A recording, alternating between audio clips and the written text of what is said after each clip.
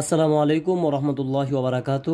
সুপ্রিয় এইচএসসি পরীক্ষার্থীরা, তোমরা যারা 2025 সালে এইচএসসি পরীক্ষা দিচ্ছ, তো তোমাদের কিন্তু খুব শীঘ্রই আগামী 26 তারিখ অর্থাৎ 26শে জুন তোমাদের কিন্তু বাংলা প্রথম পত্র পরীক্ষা দিয়ে তোমাদের পরীক্ষা শুরু হতে যাচ্ছে।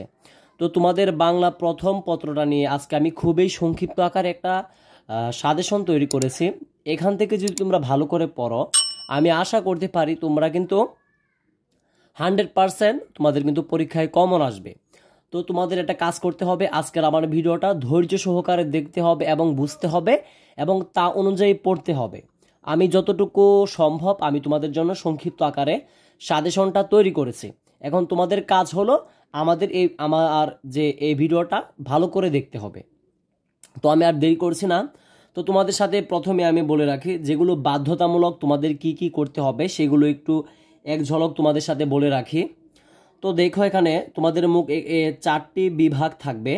তো চারটি বিভাগের মধ্যে ক বিভাগ যেটা রয়েছে সেটাতে গদ্য থাকবে। তো গদ্য তোমাদের পরীক্ষায় প্রশ্নে তোমাদের চারটি প্রশ্ন থাকবে গদ্য থেকে। তো এখানে কিন্তু তোমাদের দুইটি প্রশ্নের উত্তর দিতে হবে, ঠিক আছে? চারটি প্রশ্নের মধ্যে গদ্য থেকে তোমাদের পরীক্ষায় দুইটি দিতে হবে। তো তারপরে দেখো, এখানে খ বিভাগ লিখেছি কবিতা। কবিতা তিনটি থাকবে। তো তিনটি থেকে তোমাদের দুইটির উত্তর দিতে হবে পরীক্ষাতে। তিনটি প্রশ্ন থাকবে, তার মধ্যে তোমাদের দুইটির উত্তর দিতে হবে। তো তারপরে দেখো, এখানে ঘ বিভাগ, ঠিক আছে? গ বিভাগ এখানে উপন্যাস। তো উপন্যাস তোমাদের পরীক্ষাতে থাকবে, প্রশ্ন থাকবে দুইটি, তার মধ্যে তোমাদের লিখতে হবে কিন্তু ভাইয়া একটি প্রশ্ন।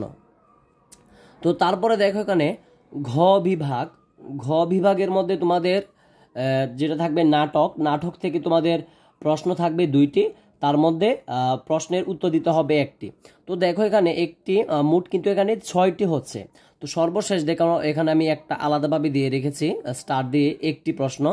তো একটি প্রশ্ন তোমার ইচ্ছুক, তুমি এখান থেকে ক থেকে ঘ পর্যন্ত যে কোনো জায়গা থেকে একটি প্রশ্নের উত্তর তুমি এখান থেকে দিতে পারবে। তো আমি তোমাদেরকে সাজেস্ট করব এই প্রশ্নটা, একটি প্রশ্ন যেটি তুমি যেখান থেকে ইচ্ছা সেখান থেকে দিবে। এটা তুমি গদ্য থেকে দিলেই কিন্তু ভালো হবে, কারণ দেখো চারটি প্রশ্ন থাকবে, চারটি দিকে তুমি কিন্তু দুইটি প্রশ্ন দিবে, তারপরেও কিন্তু তোমার দুইটি প্রশ্ন হাতে থাকছে। তো সেই কারণে আমি বলবো যে এই যে ইচ্ছুক যে প্রশ্নটা রয়েছে সেই প্রশ্নটা গদ্য থেকে দিলেই কিন্তু বেশি ভালো হবে, ঠিক আছে? তারপরও তোমাদের যেখান থেকে ভালো হয়, যেখান থেকে পারো সেখান থেকে কিন্তু দিবে। তো আমি মূলত তোমাদেরকে এখানে বোঝাতে চেয়েছি যেগুলো বাধ্যতামূলক তোমাদের পরীক্ষায় দিতে হয়। তো তারপর আমরা গদ্যে চলে যাই। দেখো, এখানে গদ্য থেকে তোমাদের যে সাজেশনটা আমি তৈরি করেছি খুবই সংক্ষিপ্ত আকারে, এখান থেকে পড়লে ইনশাল্লাহ তোমাদের 100% কিন্তু কমন থাকবে, ঠিক আছে? কোনো সন্দেহ নেই তাতে। তো দেখো, আমি এখানে মোট 6টা দিয়েছি। অপরিচিতা দিয়েছি, বিলাসী দিয়েছি, আমার পথ দিয়েছি, মানব কল্যাণ দিয়েছি, মাসি পিসি, সর্বশেষ দিয়েছি রেইন। তো দেখো, এখানে এখানে সব থেকে যেগুলো বেশি গুরুত্বপূর্ণ সেগুলো হলো অপরিচিতা, বিলাসী, তারপরে দেখো মাসি পিসি এবং রেইনকোট। দেখো, এখানে যেহেতু তোমাদের পরীক্ষাতে 4টা প্রশ্ন থাকবে, তার মধ্যে কিন্তু তোমাদের প্রশ্নের উত্তর দিতে হবে 2টা। তো এখান থেকে একটা প্রশ্ন থাকবে, আমি বলে দিলাম, এখান থেকে একটা থাকবে, বিলাসী থেকে থাকবে, মাসি পিসি থাকবে, এখান থেকেও থাকবে। তো আমার পথ এবং মানব কল্যাণ এখান থেকে যে থাকবে না তার তো আর কোনো শিউর নেই। তো এইগুলো অর্থাৎ আমি যে এখানে 6টা দিয়েছি, এই যে অপরিচিতা, বিলাসী, মাসি পিসি, রেইনকোট, এই 2টা পড়ার পর এইটা পড়বা, আমার পথ এবং মানব কল্যাণ পড়বা। তো এখান থেকে যদি 6টা পড়ো ইনশাল্লাহ তোমাদের গদ্য নিয়ে আর চিন্তা করতে হবে না। এখান থেকে 4টা ভালো করে পড়ার পর যারা খুবই পারো তারা তো সবগুলোই ভালো করে পড়বা, আর যারা একটু কম পারো প্রথমে এই 4টা পড়বা, তারপরে 3 নাম্বার এবং 4 নাম্বারটা তারপরে পড়বা। আশা করি তোমরা বুঝতে পেরেছ। আর একটা জিনিস বলে রাখি, প্রত্যেকটা এখানে মোট 6টা গদ্য রয়েছে। 6টা গদ্য থেকে কিন্তু কমসে কম তোমাদের কিন্তু এখান থেকে প্রত্যেকটা গদ্য থেকে কিন্তু 2টা করে কিন্তু এমসিকিউ পরীক্ষায় থাকে, 2টা করে কিন্তু এমসিকিউ তোমাদের থাকবেই। মাঝে মাঝে তোমাদের একটা হয়, যেমন কিছুদিন আগে যে তোমাদের গত সালে যে পরীক্ষাগুলো হয়েছে অনেক গদ্য থেকে যেটা দেখা গিয়েছে যে একটা করে এমসিকিউ কিন্তু করেছে, কিন্তু তোমাদের কিন্তু বেশিরভাগই কিন্তু 2টা সর্বনিম্ন একটা গদ্য থেকে কিন্তু এমসিকিউ করে থাকে। তো তোমাদের কিন্তু গদ্য থেকে কিন্তু দেখো, গদ্য থেকে তোমাদের এমসিকিউ 10 থেকে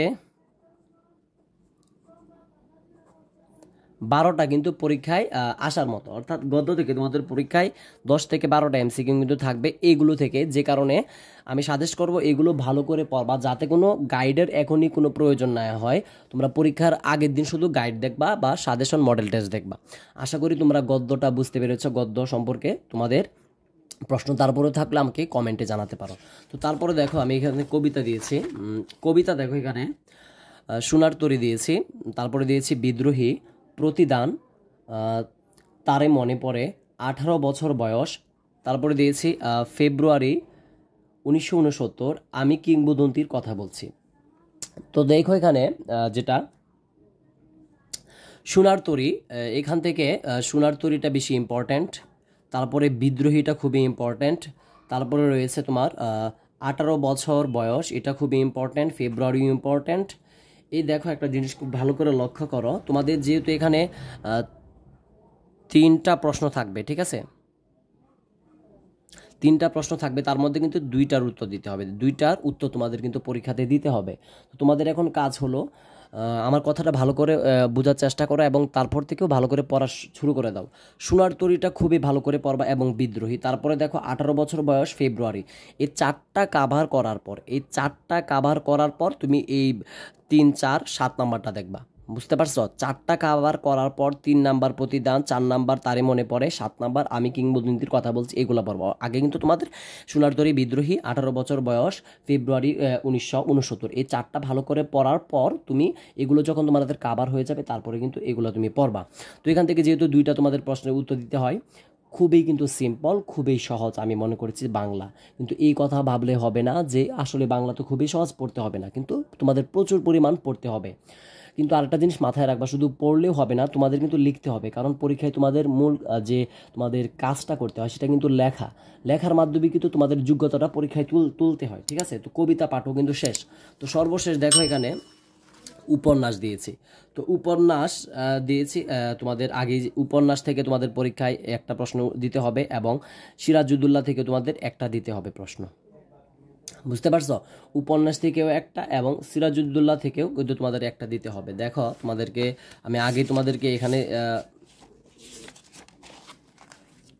দেখো এখানে তো যে উপন্যাস থেকে 2টা তোমাদের প্রশ্ন থাকবে, একটি দিতে হবে এবং যে নাটক রয়েছে নাটক থেকেও কিন্তু 2টা থাকে, 2টা থেকে তোমাদের কিন্তু একটি পরীক্ষাতে লিখতে হবে। হ্যাঁ, তো দেখো এখানে তোমাদের কিন্তু উপন্যাস লাল সালু থেকে একটি এবং সিরাজউদ্দৌলা থেকে একটি। তো দেখো এগুলো পড়ার ক্ষেত্রে তোমাদের মাথায় রাখতে হবে সব পৃষ্ঠা একসাথে না। তোমাদের ধরো প্রথমে তুমি 10টা পৃষ্ঠা ভালো করে পড়বা, তারপরে 20টা পৃষ্ঠা ভালো করে পড়বা, দেখবা এখানে কতটুকু প্রশ্ন হয়, এগুলো ভালো করে বুঝবা। বুঝার পর কিন্তু তোমার এই গল্পটা বা উপন্যাস নাটক যেটাই বলো না কেন ভালো করে তুমি বুঝতে পারবা। তো দেখো আমি মোটামুটি কিন্তু তোমাদের যে 7টা প্রশ্ন কিন্তু তোমাদের আমি আলোচনা করেছি ইতিমধ্যে। তো দেখো এমসিকিউ এর জন্য এখন তোমাদের কথা বলবো যে এমসিকিউ গুলো আসলে কি করবা। তো দেখো তোমাদের যে এমসিকিউ পড়ার জন্য তোমাদের যে আমি গদ্যগুলো দিয়েছি একটু আগে এবং কবিতাগুলো দিয়েছি, এগুলো ভালো করে পড়লে কিন্তু তোমরা এখান থেকে কমন পাবে উপন্যাস নাটক। তো এগুলো যেগুলো এখানে আজকে তোমাদেরকে সাজেশনও দিয়েছি, এগুলো যদি তোমরা এগুলো থেকে যদি ভালো করে পড়ো, আশা করি কিন্তু তোমাদের যে এমসিকিউ সেগুলো কিন্তু কমন পড়বে, তোমাদের কোনো সমস্যা হবে না, ঠিক আছে। তো এমসিকিউ করার ক্ষেত্রে কিন্তু এটা অবশ্যই লক্ষ্য রাখতে হবে। এবং দেখো তোমাদের বিগত সালের যে মডেল টেস্ট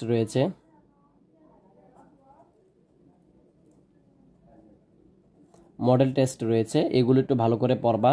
তারপরে তোমরা যে টেস্ট পেপার রয়েছে,